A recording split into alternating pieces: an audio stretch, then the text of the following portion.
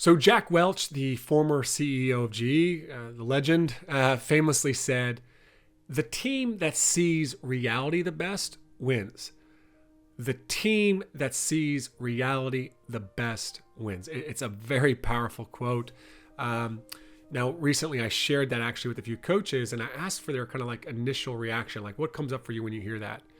And every one of them was essentially like, "Oh, absolutely, 100% agree."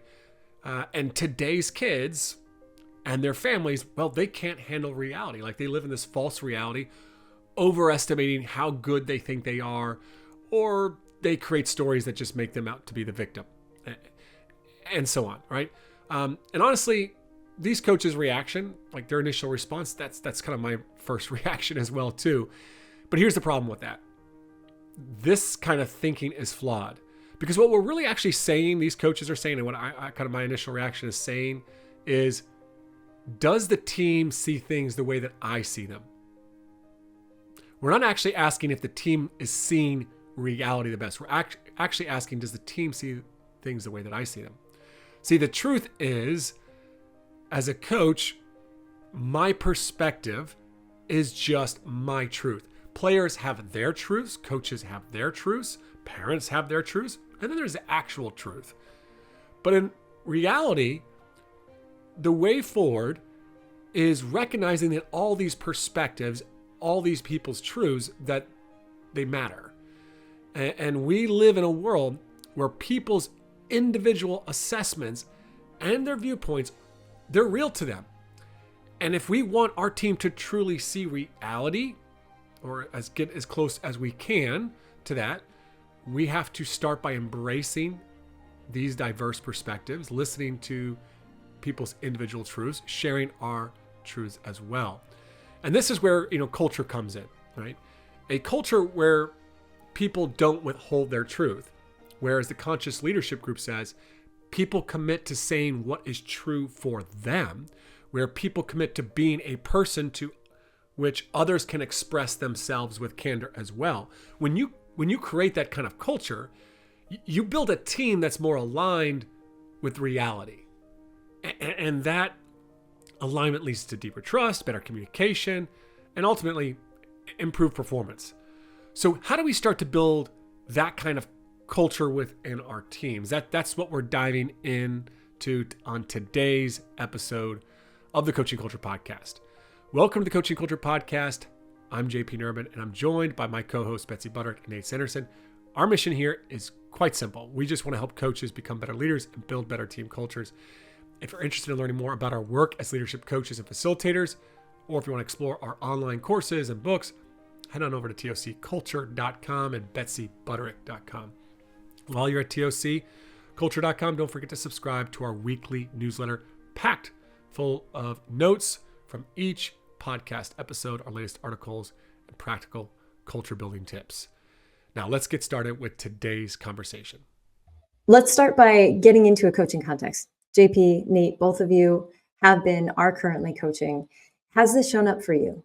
You have athletes that say they want the truth, and yet when you tell them the truth, it is or isn't well received. What's been true in your experience? Well, I think one thing for me, Betsy, is that, this idea of the truth and what that means to a kid is probably different maybe than what it might have meant to us or even means to us as adults. And I'll give a parallel here. I'm coaching my daughter's 10th grade or 10-year-old team. And, Adelaide came home the other day and talking with her friends and stuff. And she was telling this story about how one of the teachers at school yelled at her class. And I said, "Oh, that's interesting. Did she raise her voice? Like, what happened?" She said, "Well, we were being a little bit loud, so she told us all to go back to our seats." And I said, "Oh, was she yelling? Like, if she did this in a loud way?" "No, she just interrupted us and made us sit down." And I thought, yelling doesn't mean what it used to mean, And I think there's something to like the way that kids throw phrases around like that now, that the truth really is another way of saying a kid like doesn't really understand what's actually happening. And so they're asking for, an explanation of, why aren't my expectations for fill in the blank, playing time or a role or minutes, whatever it might be, being met? They can't figure it out on their own. And so they're sort of grasping at straws here, like, "Well, just tell me the truth, coach." But in reality, I'm not sure exactly if they know what they necessarily want in those situations. Yeah, there's definitely a large craving for truth and transparency. Athletes want to know how we're making decisions, why we're making the decisions that we're making. And they say these things. And I do think that they generally want those reasons, right? I think you think about anxiety and fear, so much comes from the unknown. And when they don't know why or how, when where they stand, right? There's a lot of uncertainty and anxiety that comes with that. So they want that information. Yet when that information is given, it is either given in a way that is very triggering for them, or just the reality itself, right? Like, I mean, I think at the end of the day, like, let's go to extreme example. I don't know if this will work, but like, I go and I get a test because I think I might have cancer. I'm waiting for that information. I want to know the truth, but when I get it, it's still gonna be, if it's bad news, like, it's gonna be really, really hard for me to handle that. That's, I think, an extreme example, but I think, for many athletes, we want to know they want to know this truth, and yet they haven't developed the coping skills to be able to manage those hard realities. And you mentioned coping skills, JP, and one of the things that we know about Gen Z, Gen Alpha, the way that they were raised with technology, one part having immediate access to information. And in the examples that both of you shared, wanting to know the why, that transparency, like having the information, that's a separate piece than what do I do with that information now that I have it? Or what does this information mean? Or what is my emotional response? And what do I do with the emotions that I'm feeling?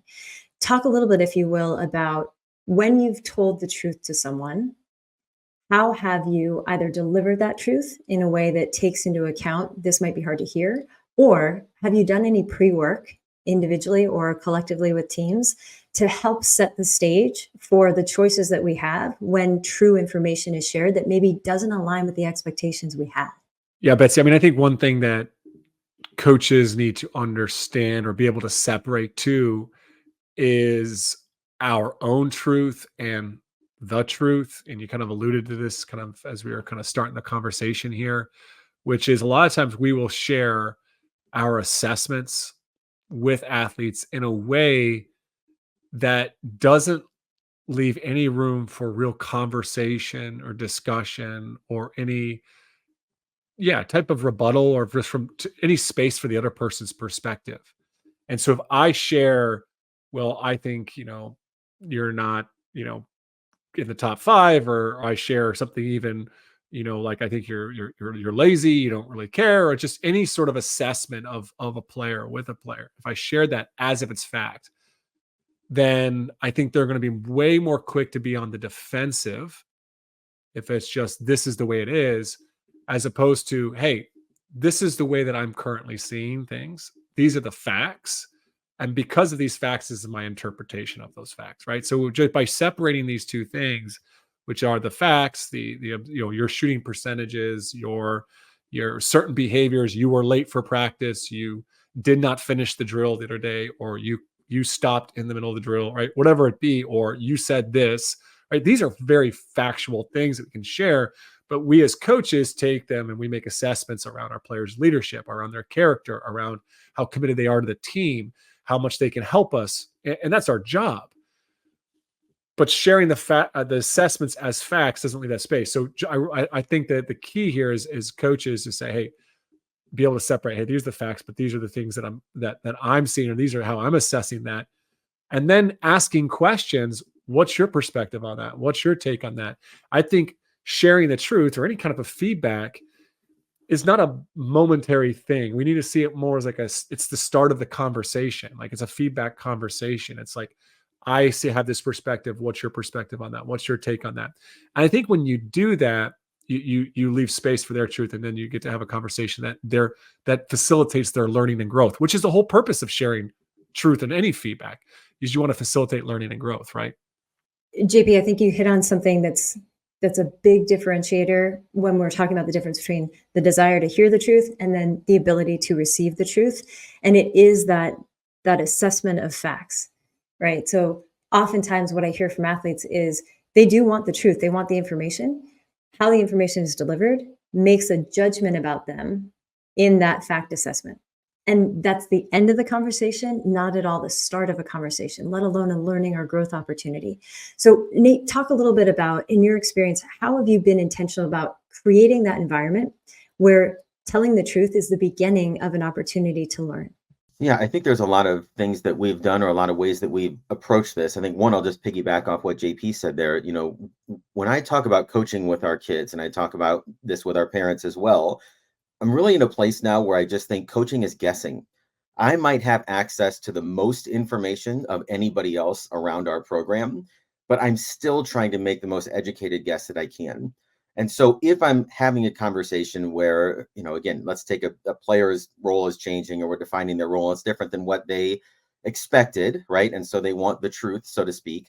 Um, I think approaching that with, first of all, from my perspective, do they have information that I don't have that I could learn from that would help me make better decisions or have a better understanding of the landscape here? What they're thinking, what they think they do well, what they see on the floor, whatever it might be. So again, just my general approach to an exploration of what I don't know.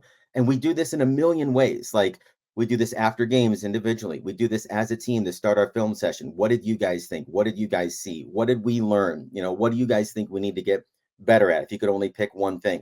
So there's just this constant dialogue, this constant ongoing conversation, both between the team collectively and the coach and me and each of the individual players, throughout the season. And I think we also, you can't really do this without also tying it in with a mindset of, a growth mindset here of we just want to get better. And if that means we've got to look at some uncomfortable things on film, or that means coach has to be willing or players have to be willing to look at some uncomfortable statistics, we want to get better. And so, but we frame that early. That's part of getting better. That's part of, again, collectively trying to work towards whatever improves our team.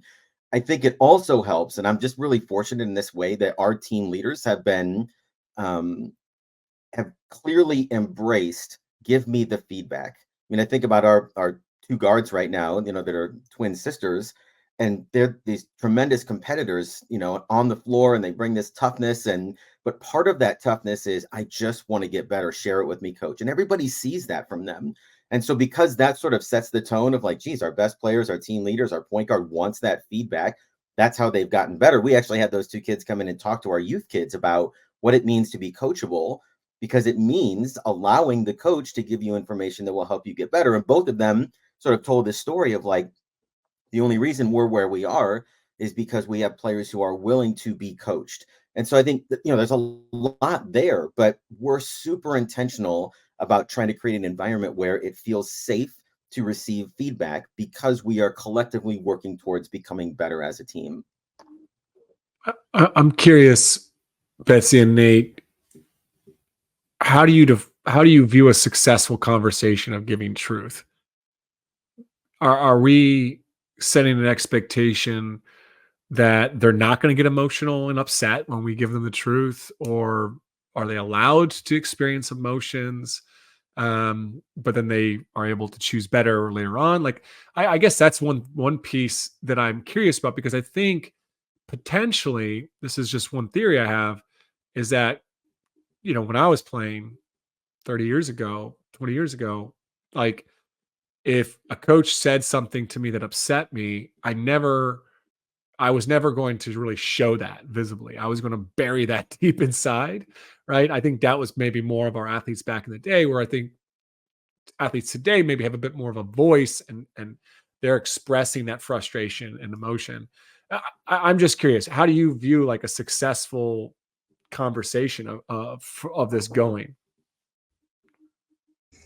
I think for me, a couple of the elements that you involved, with the question being, what makes for a good truth telling conversation? One part for me is always listening. And whether it's the coach being intentional about asking questions to get the information, to understand the perspective, to find out what their truth is, so that we can then lean into collective problem solving or discussion around, okay, how can we focus on getting better? And for me, a core question is often, is this helpful? Is the truth that I'm sharing something that has the ability to help this person in the future? And are the questions that I'm asking this individual helping me get the information that I need to best support them. Oftentimes, when we talk about things that are really important, high emotions are involved. And this is part of why many people avoid difficult conversations. They're difficult because they're also emotionally challenging or taxing. Even just the fear that we might cry, let's say, in front of our coach. Maybe you can say less of a fear for some of today's athletes, but historically, something that most people don't want to do or have happen emotionally in that space. So for me, anytime I experience emotions, whether it's with a coach or with an athlete, what that tells me is this matters, that this is important to them. And if it matters, it's worth talking about. So in those moments, holding space for whatever emotion comes up without judgment, acknowledging that it's happening, maybe asking what needs to be true in order for them to process or get to a place where we can come back to having the kind of conversation that does allow us to move forward in a way that's helpful, that makes a better future than the current reality or the past. For me, when I think about what makes for a successful truth-telling conversation, it's curiosity, it's quality questions, it's a shared commitment to helpful, and then holding space for emotions, understanding that emotions often signal importance. And if we're having important conversations, I think that gives us the best shot at being successful. I think for me, JP, when we have these conversations, I think number one is the player being honest with me. If they feel like they can be comfortable being honest, either with how they feel or what they think or what their pushback is or what their argument is, if we can get to a place where they feel like they can be heard, then I think the conversation, has a chance to move forward into what the second criteria for me would be. Are they going to act on it? And I think this is an important thing too. Sometimes a player says, "Coach, just tell me the truth." And then as a coach, we think, finally, take these gloves off and let's just tell them what we really think. And, that's not fair either to that player. Right. And so, there's a bit of an artistry there of, it's not carte blanche to just throw all the punches that you've been holding back about. They turn the ball over, they can't guard on ball, they don't, work extra, they like all these things that in your mind are saying this is holding you back. To me, it's about finding, in a sense, the right punch that leads to action, and how do I deliver that in a way that it will be received so that the player has a chance to move forward. They want to act on whatever we either agree on or whatever comes out of the conversation. If they're free to be honest and we can have a real conversation and some kind of action follows that benefits the player and the team, then I think that's really, for me, the success criteria for those conversations. Yeah, I think there's two things that come up for me when I just heard what both just shared, and one is that for us to effectively navigate those conversations, I think we have to be very aware of how their response affects us. I think their response, oftentimes, if it is very emotional, if it's very like they break down, like I've been in coaching calls with clients for the years, and they have players that come in, they're upset, they can't handle this not starting, and the coach's empathy, and then they start making changes in their decision making. So we have to be really aware of how their response is affecting us, and so we have to actually do the work to be able to work through those difficulties. Um, I also think too, like the whole like gloves off thing got me to think of this, Nate, which was like, are we sharing the truth consistently, or do we like allow things to build up, and then it's just like we get to this point where we're not starting a player, and it's like really hard for them to accept, but like they're wondering why. And actually, the reality is we've been sugarcoating. We haven't been giving feedback consistently. So they get this point of like, I thought I was in a good place. Coach just yesterday was like, man, I'm so proud of how hard you've been working. And then tomorrow he drops me from the lineup. And it's like, they don't see how that you could be both proud of that, but also they're also not doing enough to perform well. So I think like truth has to be not just one conversation, but it's got to be an everyday thing. And JP, I see that all the time. And again, both from the coaches and the athlete side, the disappointment that you just mentioned that the athlete feels when they thought, and when I say they thought, they have different expectations based off of the feedback or information they've gotten up to this point than meets with a current moment of reality.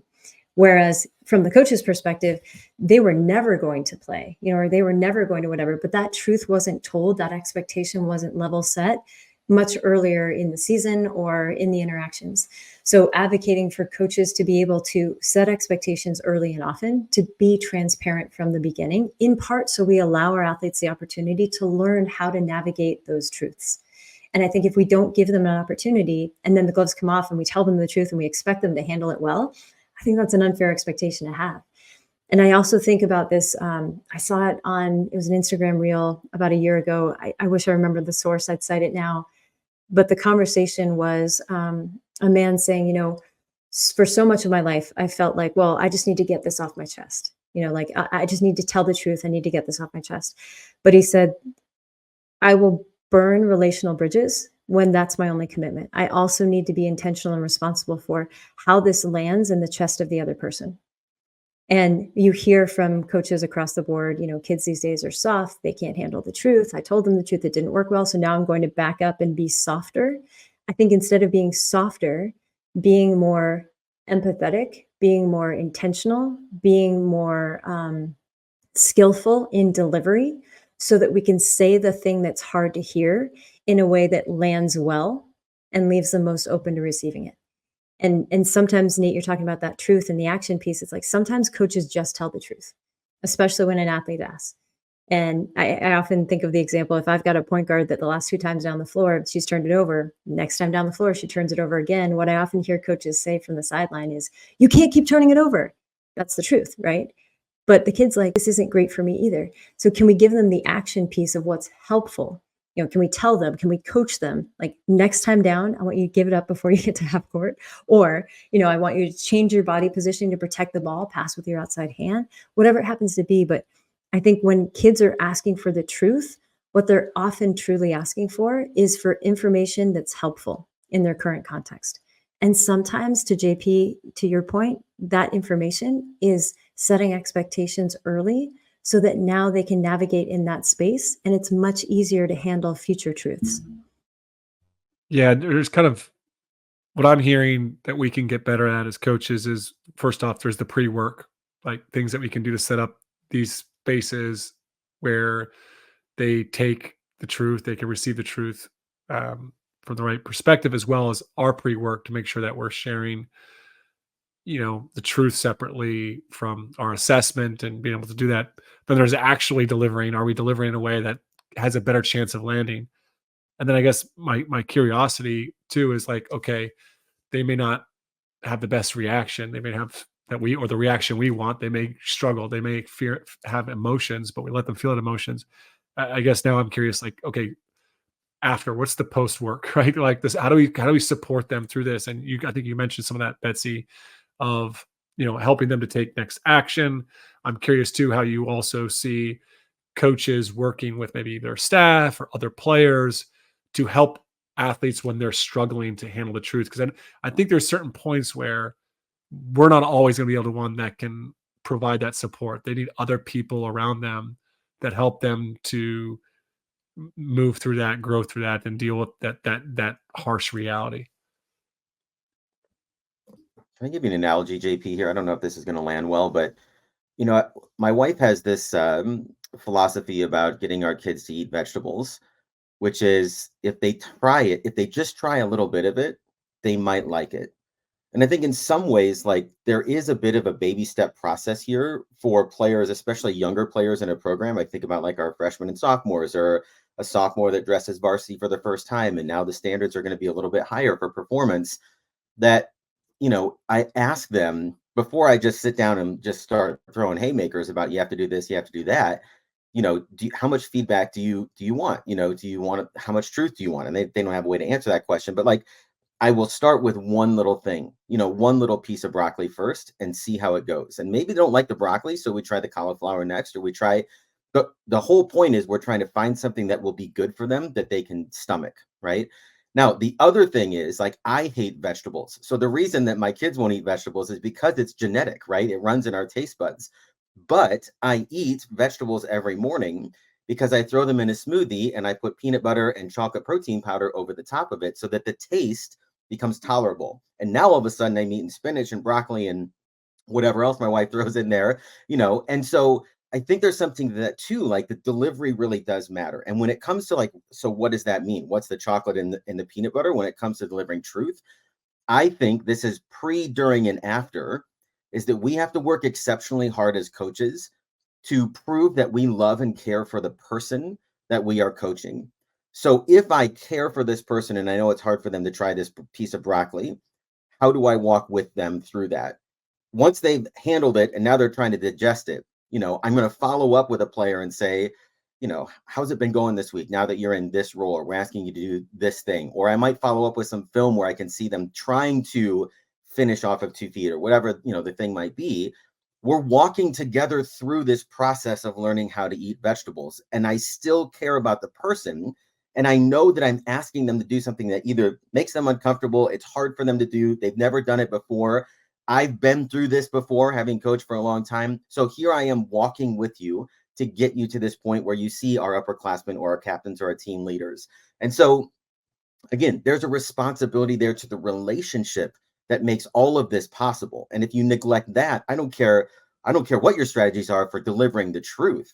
If they don't believe that you care for them or that they're loved or that you're working with them, not against them, it's always going to be hard and it's never going to work out the way that you want it to. I really like this idea of, first of all, Nate, I didn't know that about you, about vegetables. So thank you for the vulnerability. The idea of chocolate and peanut butter with the vegetables. And I think of chocolate is sweet and peanut butter is sticky. And so even those two elements, like if we think of sweet in the context of coaching athletes as care and love, and if we think of sticky as consistency. So are we consistently coming from a place of care, from a place of having their best interest at heart? Because when we do that, then we get to get the vegetables in. And also sometimes with the truth or with vegetables, there's a certain conversation of, look, in order to perform well, you need nutrients that only come from vegetables. So we have to figure out how to get this in. And maybe you choose, a little bit here, a little bit there. Maybe we put it in a smoothie, we can switch it up. But the reality, and this is getting back to our original truth conversation, the reality is you need to have vegetables in order to optimize well-being. So let's work on how we can make that happen. JP, you asked about, the follow-up. And I think when we tell the truth, when we explore what that looks like, when there's an emotional reaction or response, when we've held space for that, the next part of the conversation is often the most important, because telling the truth is one part. Now, what do they do with the truth? What do we do with the truth? How do we operate in the space after? So being intentional about asking questions and or setting expectations. You mentioned, I think, JP, sometimes you as the coach don't have the time or capacity to support the growth an individual can choose to make relative to the truth. So being clear about that, like, I want to help you get better. My truth is I don't currently have that space in my schedule to spend doing extra reps with you, at least this week. Let's talk about who you could do them with, or what might be helpful, or how you could do things on your own. So being really transparent with what's true for us in service of our ability or capacity or desire to help that individual change their reality, and also being intentional about asking questions that allow them to get some clarity on what they can do next, what support looks and doesn't look like, so that we don't unintentionally go down the path of, okay, well, coach said I need to work on this, so they're going to, build it into my schedule, or they'll tell me when it's time to have an individual, and well, they're responsible for my growth in this area. I think we need to clarify like that truth, the reality of there's only so much I can do. Here's what I can do. Here's what I can't do. Here's what you could do. And also who else could support you, and what does that look like? Yeah, there's two things that come up for me, and I'll throw them to you guys here on this, which is like, one is that, like, Nate, you're talking about there about, like, the peanut butter and trying to help them so they can stomach it. And I like that, as you're trying to build up a tolerance and ability, because one of my fears in all of this is that we're not really preparing them for the real world, that we end up still, like, coddling them through these hard realities too much. And then they get to the real world and they're working and they don't get the promotion and they melt down, right? And they can't handle that. They don't respond well, right? Like, or however many other examples we want to give them, we can provide here. But the reality is, like, there are a lot of people that are not going to maybe love them or even care that much about them, that are going to be leading them and making decisions about that affect their well-being and affect their livelihood, right? So I like this idea of trying to prepare them for that. Um, And I think too that there's a real piece, that care piece, which is we obviously do want our athletes to know that we care. I think the hard part for a lot of coaches is they give the truth, the athlete gets upset, they get cold, and this becomes like where the relationship enters this like really tough stage where the athlete doesn't want to connect with the coach feels awkward, and you start to disconnect. And I think that that's a really hard place to be in as a coach. But I think like my encouragement would be like, you've got to still just be in there, let that athlete know you care about them, and be consistent in that care and find ways to demonstrate that, even though they may not be receptive, or they may give you the cold shoulder. That's really difficult. But I think that it's the transformational way, right? Like the transactional way as well. They've blown me off, so well, I'm going to blow them off, right? And I think we have to rise to be better than that for sure as coaches. And I think about this in the context of relationships. My mother-in-law and father-in-law were here visiting for a while, and my wife and I had a disagreement about something. And I remember coming over in the evening after the kids were in bed, and I said to her, I was like, hey, like, I don't know exactly what this looks like, but I want to figure this out, because when your parents leave, you're stuck with me. And I think that's the same thing with athletes. It's like, look, you're on this team, and like it might not be ideal right now. We can figure it out. I don't have all the answers. I don't know what it looks like. I know right now we're not in a great place, but I have a commitment to wanting this to be better. And I think sometimes for coaches too, recognizing the only thing we can control is giving the invitation. We can invite athletes to be open and receptive to learning. We can invite them into opportunities to practice so that when they leave our space in a different part or time of their life, they have greater capacity to handle difficult things like the thing we just talked with them about. Sometimes it's asking permission. Like, I'd like to ask for permission to practice hard with you, because life is not going to be kind in ways that are sometimes unexpected. And I would rather you practice with me, and we do this in a place of care, before you get thrown into something where people might not be as conscientious. So invitation, opportunity, sometimes asking permission. And I hear what you say, JP, from coaches often of like, but we're doing them a disservice when we're soft on them, because life is going to come at them hard. And I absolutely agree, which is why I double down on that. It's going to be really hard to teach them how to be more resilient if we don't first reach them, if we don't first connect with them, if we don't establish that relationship of, I am hard on you, I am doing these things because I care. And have we reached the point in relationship with the athlete where they never question that? It's never, well, the reality is this is your shooting percentage, and we're going to need to find somebody else to fill that spot until this percentage improves. The translation, much like your daughter's, the teacher yelled at us, is like, well, coach doesn't like me. It's like, no, that's not it at all. So for me, that goes back to relationship. Like, what needs to be true about the relationship? That when hard happens, we understand that hard is for growth, is for learning, is for development, is for a positive purpose, and never for a malicious intent or something that's damaging to the relationship or the individual. Just one thing I just want to just bounce off of that too, that I think is really important, is like we need to be aware of what channel they're tuning into. And what I mean by that is like, depending on which news you watch, whether you're watching Fox News, CNN, or MSNBC, your truth is very different today, right? In the world of news. Well, who are they listening to? What are their parents saying? What are their teammates saying? What are their assistant coaches? And I think this is where the value of transparency we need to be more transparent and be with parents, with athletes, with the leadership group, with our coaches, so that we can all be trying to operate.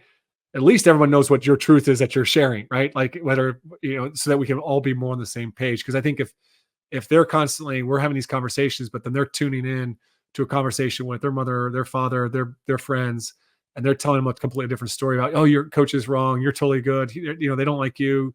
Like, then they reinforce these narratives that definitely don't serve them growing through this experience. I just had one thing quick, JP, and I got a question for both of you here too. When you talk about like the harsh reality of this cold, hard world that we live in as adults, I think the whole goal, like Betsy said, is that the kids will leave our program recognizing that feedback leads to improvement, right? And so if we have to put chocolate powder and peanut butter in, but eventually we don't have to put as much sugar in there to be able to deliver those messages. They realize, oh, coaches helped me and I got better.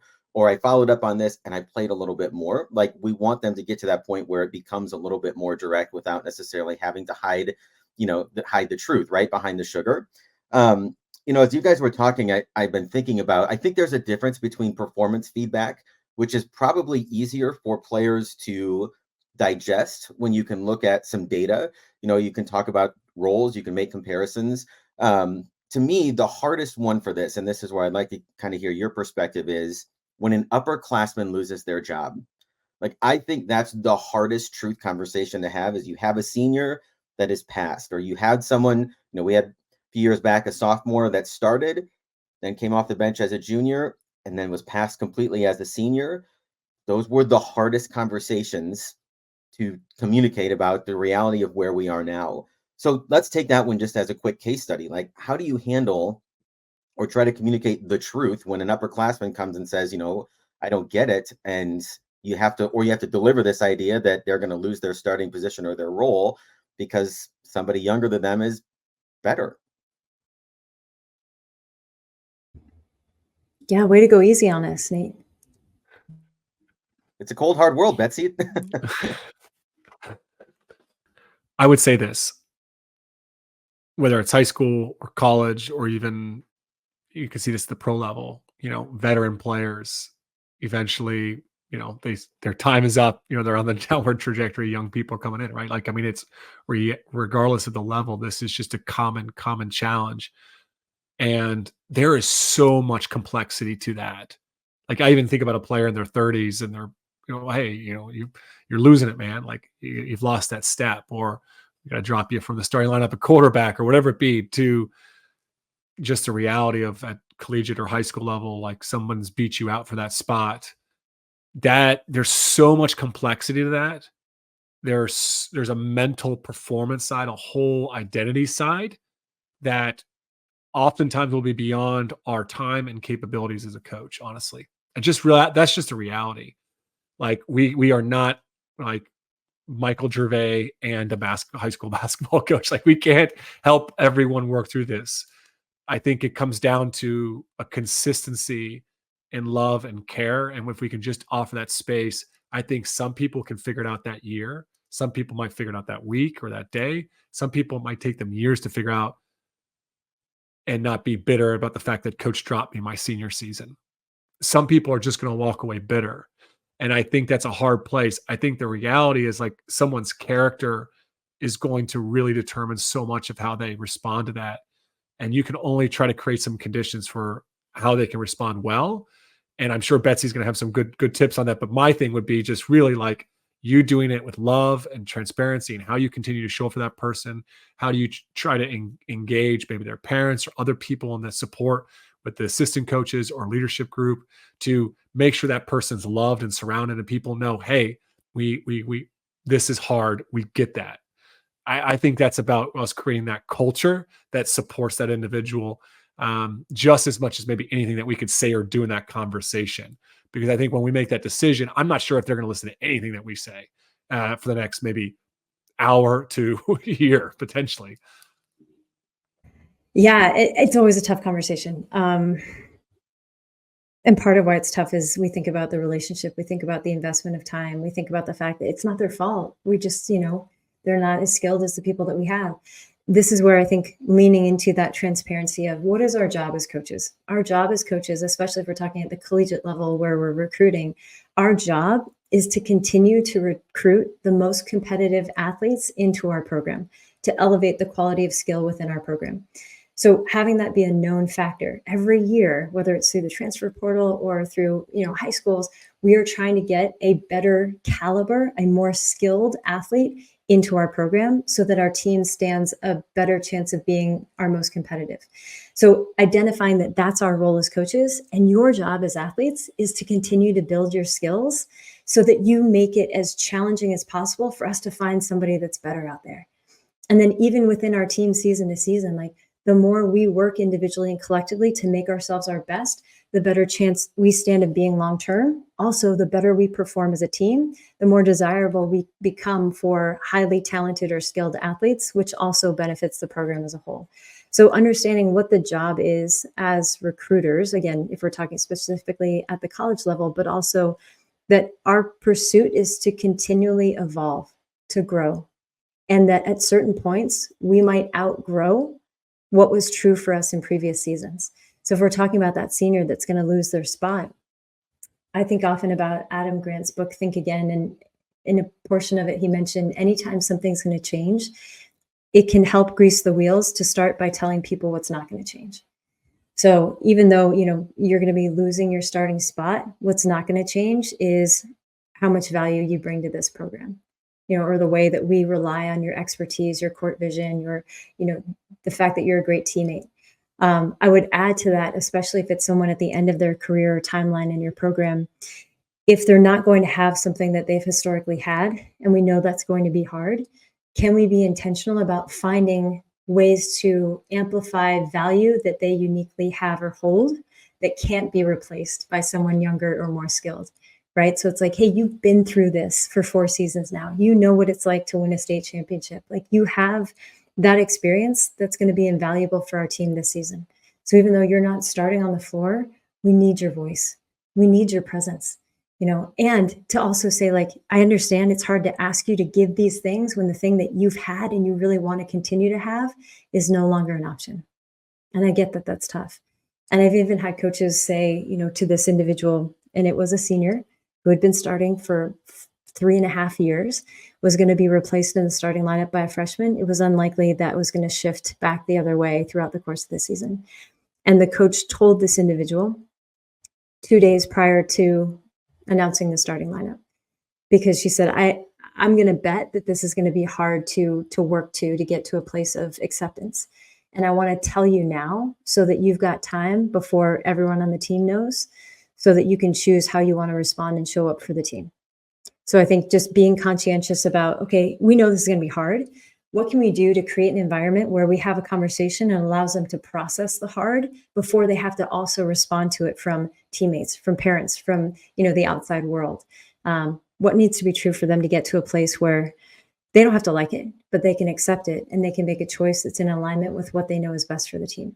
So as we're kind of wrapping up here, I think one thing that I would just really stress through all this conversation, I think we are talking about is just trying to, what are things that we can do to create the conditions through our pre-work, the way we deliver it, and our post-work for them to have a better chance of learning and growing through the truth. Absolutely, 100%. We do not need to change our decisions because of their inability to handle the truth, right? We have a responsibility and duty to the team to start the players that we believe we should start, right?